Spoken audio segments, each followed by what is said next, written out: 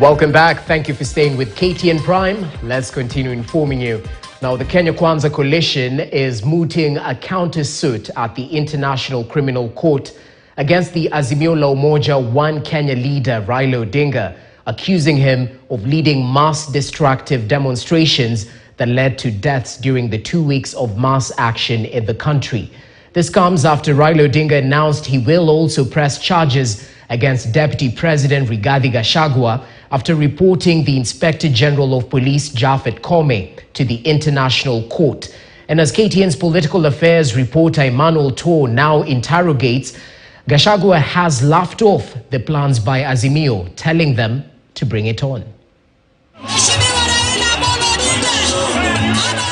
24 hours after the Azimio la Umoja One Kenya principal Raila Odinga threatened to press more charges at the International Criminal Court, the Kenya Kwanza side is now planning a similar move that will see them right to the ICC on Odinga's alleged misconduct and leading the country to anarchy. Jina yake iliwacha tu kwanza wiki hii, kesho jina yake inakwenda kwa ICC. Sources say the plan, if actualized, will help stop the Azimio chief from running amok during the demonstrations, which they term as destructive, chaotic, and deadly to the country.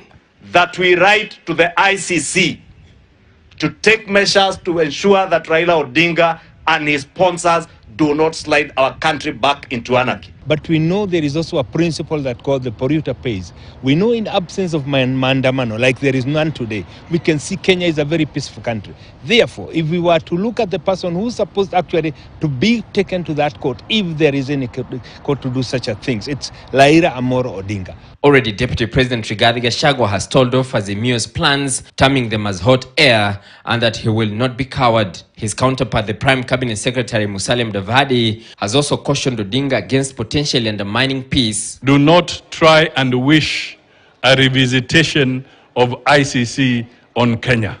We cannot allow vandals to continue vandalizing the investments of Kenyans, and you try and dangle the carrot or the stick around ICC. But how possible is it to sue a sitting deputy president, and what are the chances of the success of Azimio's case? It is a request that they've done. You report, investigations must be done with the permission of the pretrial chamber. Article 5 is very clear that, it must be crimes against humanity, mass distortion of movement, of forcible movement of people, war crimes, and genocide. So you look at it, but it has also qualified those as murder, rape. It must be in a wide scale, and it must be against common logic. Azimio will now need to seek more grounds to firm up their cases against Gachagua and the Inspector General of Police Japhet Koome, whom they accuse of raining targeted terror on Azimio supporters during rallies. Rigathi Gachagua can actually be reported. Rigathi Gachagua does not have even that immunity. But remember, for ICC, there's nothing like that presidential immunity that we have in our constitution. ICC does not respect that. It doesn't have that immunity. It doesn't have the issues of time.